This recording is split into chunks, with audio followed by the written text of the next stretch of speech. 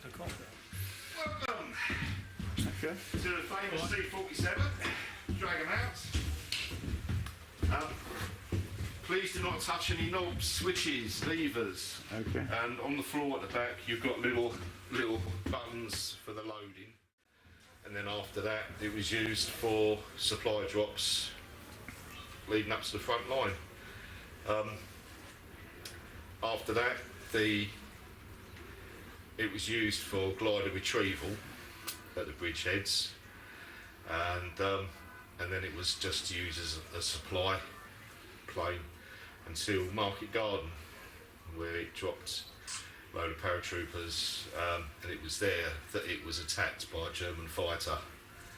And if you go on the outside, you'll see lots of little circles with rivets in. They're the patches from the bullets. It attacked from the front, strafed the fuselage. When I take you inside there, there's a hole in the pilot's seat, and that's we think that the pilot didn't survive, because if you sit in that seat, you go straight through your heart.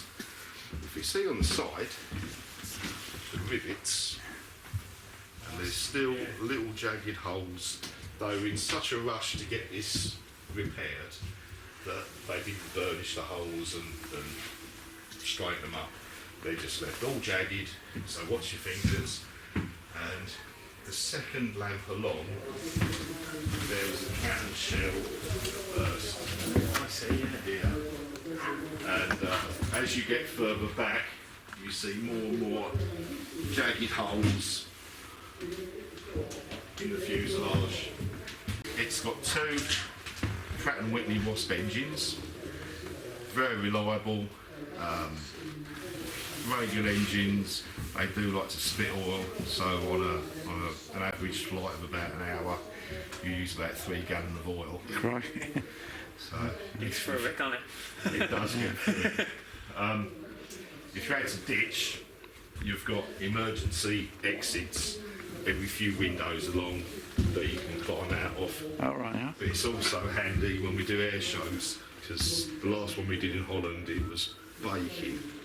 Yeah. So open all the emergency exits, bottle of water shoved inside, perfect. Yeah. Air conditioning. If you're a pilot, there's no hydraulics on this apart from the brakes. Everything is cables and pulleys, and I'm on a 2-hour flight. It's very tight. If you want to get some shots of the cockpit, Yeah, sure.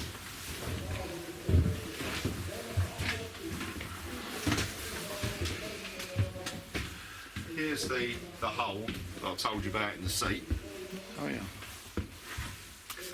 and that's straight over your heart. Quite historic, isn't it? Yeah, they didn't. So I went through the windshield. Yeah, there was a hole above the fuselage, just above the soundproofing. It's, for such a big plane, these are bloody cramped when you're sitting inside. As you can see, all the instrumentation is mirrored left and right for the pilot and co-pilot. Visibility is quite good out of this. A lot of dials there as well, aren't there? There is a load. The middle ones, they're more modern. They're for your radio and communications. But all the dials on the left and right, they're as is during wartime. Right, I get it.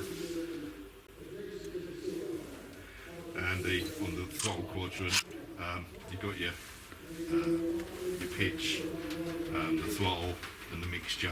And the switches across the top and that as well. Yep. Oh, they're mostly for de-icing, start-up, your navigation lights, and they're all your warning lights. Right, I get it, inverter failure.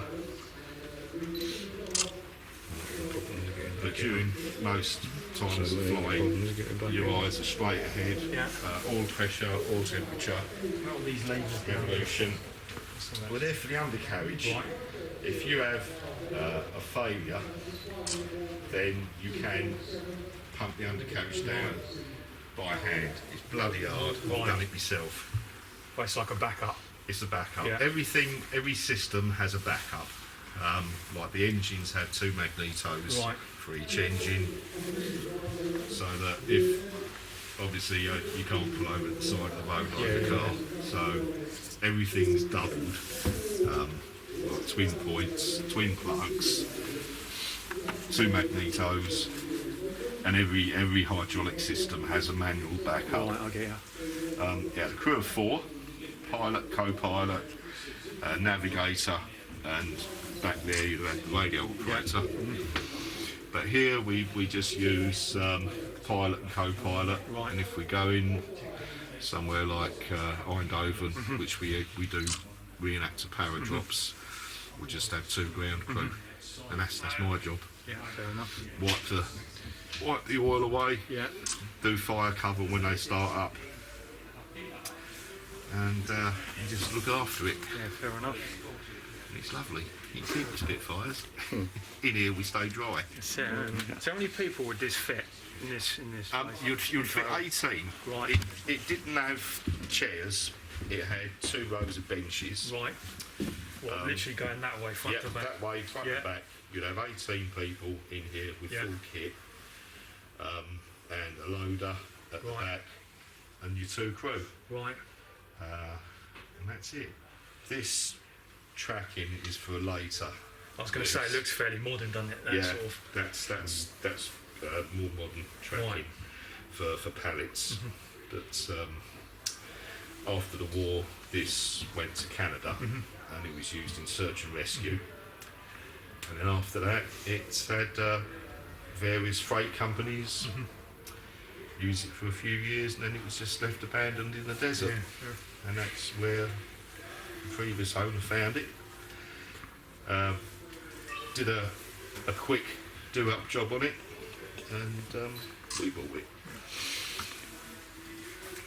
Yeah, it's But nice. under each seat you've got your life jacket, but the average temperature of the North Sea, Yeah, it wouldn't kill you. You wouldn't do any good with it. you're not going to have much That's it, chance isn't of it? survival. I don't know about the North Sea is cold enough here, is it? It is. It is. Well, Get towards the back, you'll see more of the damage. all right. But for every I think every 6 bullets there was 1 cannon shell on a Messerschmitt. All right. So you can see where the bigger holes were. It's where the cannon shell hit. But they were remarkably rugged and stable. Yeah.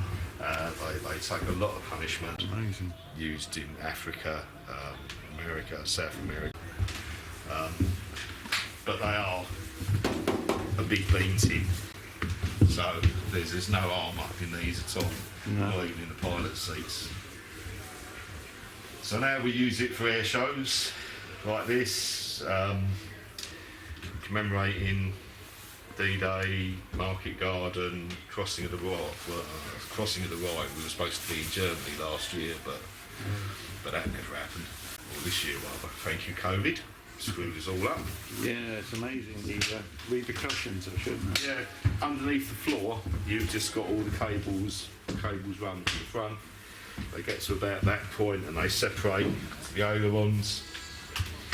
And then you've got about 30 different pulleys and cables at the back for all the elevators, the trim, the rudder.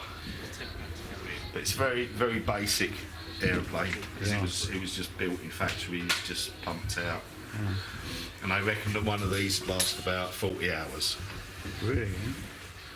To date, there's still 1,600 of them flying around. Amazing.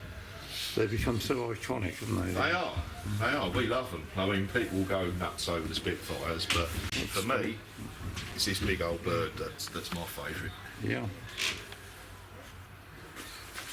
Yeah, well, thanks for the history. No problem. So, My colleague will take you around the outside if you want to have a little tour and see the... I think my brother might need a parachute to get down. No. These are the good steps. That's the steps they use. There's 2 steps on it, and you've got to get up them with full parachute and pack and full gear. And even when you haven't, it gets a pain in the backside. But let's it'll help you down. Yeah, cheers. that. Say